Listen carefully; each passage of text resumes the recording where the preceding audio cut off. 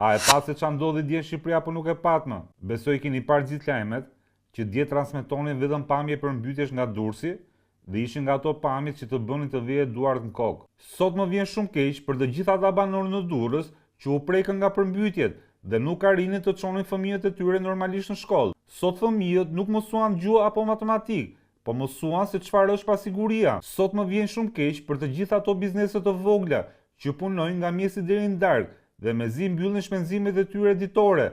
Dhe sot ju shtua dhe kjo goditje. Besoj keni parë të gjithë ato videot ku duken dyqane të mbyllura, mallra të shkatruara dhe miliona lekë dëme që askush nuk t'i rimburson. Sot më vjen shumë keq edhe për ata pronar makinash që kur u zgjuan në mëngjes panë që makina e tyre ka dalë jashtë funksionimit, sepse përmbytja shkatron gjithçka. Sot më vjen edhe shumë keq për të gjithë ato shoferë që ngelen të mbllokuar në autostradën Tiranë-Durrës, duke i shtruar një hall të madh ditës tyre të punës. Kjo video sot nuk është për klikime, por është për të treguar që mbas çdo pamje përmbytje ka njerëz që nuk e bën jetën e tyre normale siç e bën me të tjerët.